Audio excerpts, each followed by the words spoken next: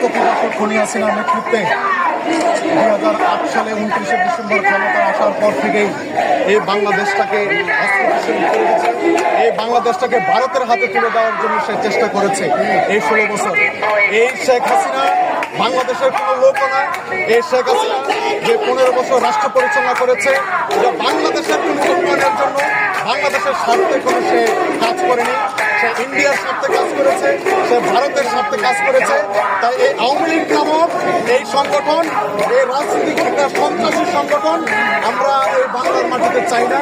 তাদেরকে নিষিদ্ধ চাই। আর তাদের নিষিদ্ধ চাওয়ার মধ্যে আমাদের অনেক কারণ আছে। কারণ এইটা একটা সেফলি একটা রাজনৈতিক সংগঠনের সন্ত্রাসী সংগঠন।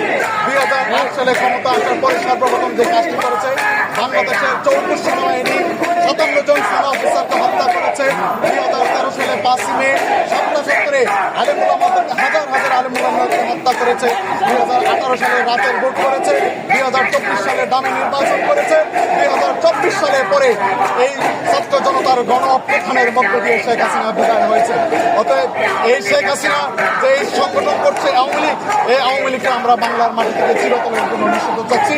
এই বাংলার মাটি থেকে আর যাতে কোনোদিন সে রাজনীতি করতে না পারে, সেই ব্যবস্থার জন্য আজকে আমরা এই রাজপথে এসেছি। দর্শনটি যারা সন্ত্রাসী করেছে তাদের বিচার দাবি করে আমি আমার বক্তব্য শেষ করছি।